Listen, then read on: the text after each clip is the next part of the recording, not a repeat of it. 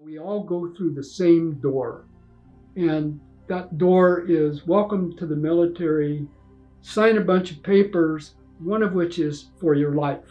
And so basically, you are handing your life over to the service that you joined or was drafted in, and they can do with you what they want. I'm an Air Force veteran. I joined in 1958 out of high school. I was 17 years old, which in those days you had to get a note from your parents in order to join. And they actually quit taking people at age 17 somewhat after that. We all have different experiences, and so that's where this video starts.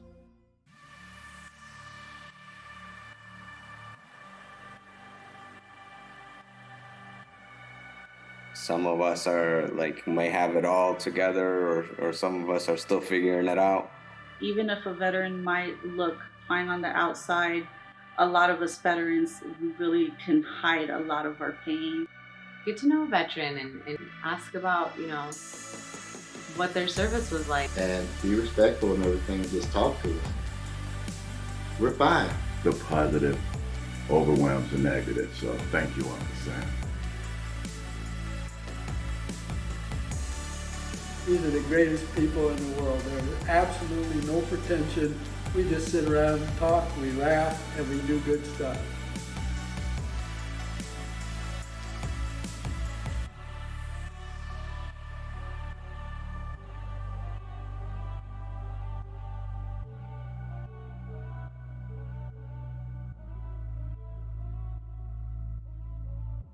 The draft, which started in World War II, meant that every male over 18 or 18 or over had to register for the draft, and you were eligible to be drafted. So when I got out of high school, I could have been drafted if I'd been 18, but instead I joined the Air Force when I was 17. My other choices being go to college, and I hated school, or get married, which at age 17 didn't sound like too good an idea. So I joined the Air Force and went off to basic training in San Antonio. When I was there, they they told me that I was going to be a medic. I had no clue what that meant other than blood and other stuff, and it intimidated me, and I wasn't really happy about it. But again, they didn't ask. They just said, this is what you're going to do. And because I was on what I call the Lucky Tour, I went to a base in San Bernardino, and I was there the entire rest of my career. Vietnam was just heating up, and I did not have to go over there, and I got out just before people really started getting put over into Vietnam.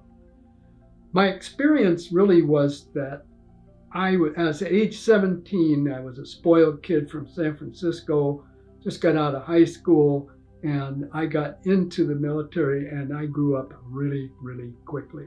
First of all, again, they don't ask you, they yell at you and tell you what you're going to do, and they just own your life. And I went to a couple of schools, and then I got stationed in San Bernardino, and I worked throughout the hospital. And I ended up as what was called an independent medic, working at night and weekends in the outpatient clinic, going on ambulance runs, doing minor surgeries and other stuff. So my experience was really pretty good, and that was wonderful.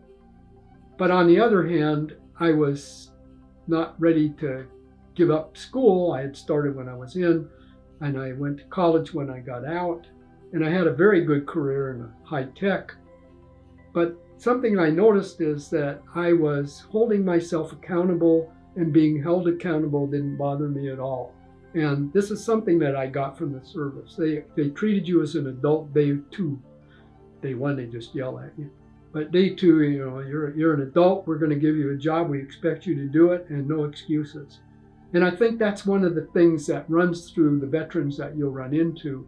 And it's one of the reasons that gives us that kind of chip on our shoulder as it's looked at, that, we understand and we just don't back down. Most of us are fairly assertive. We don't just give in a lot. We'll push back. And sometimes people take that for aggression when it may not really be aggression, it's just really assertiveness. So a little background on the military. There are 6 main military branches. The United States Air Force, the Army, Coast Guard, the Marine Corps, the Navy, and then the last one is Space Force, which is a brand new one, so there aren't too many veterans from that. In addition to that, there are the National Guard and the Reserves, and they don't really serve on active duty.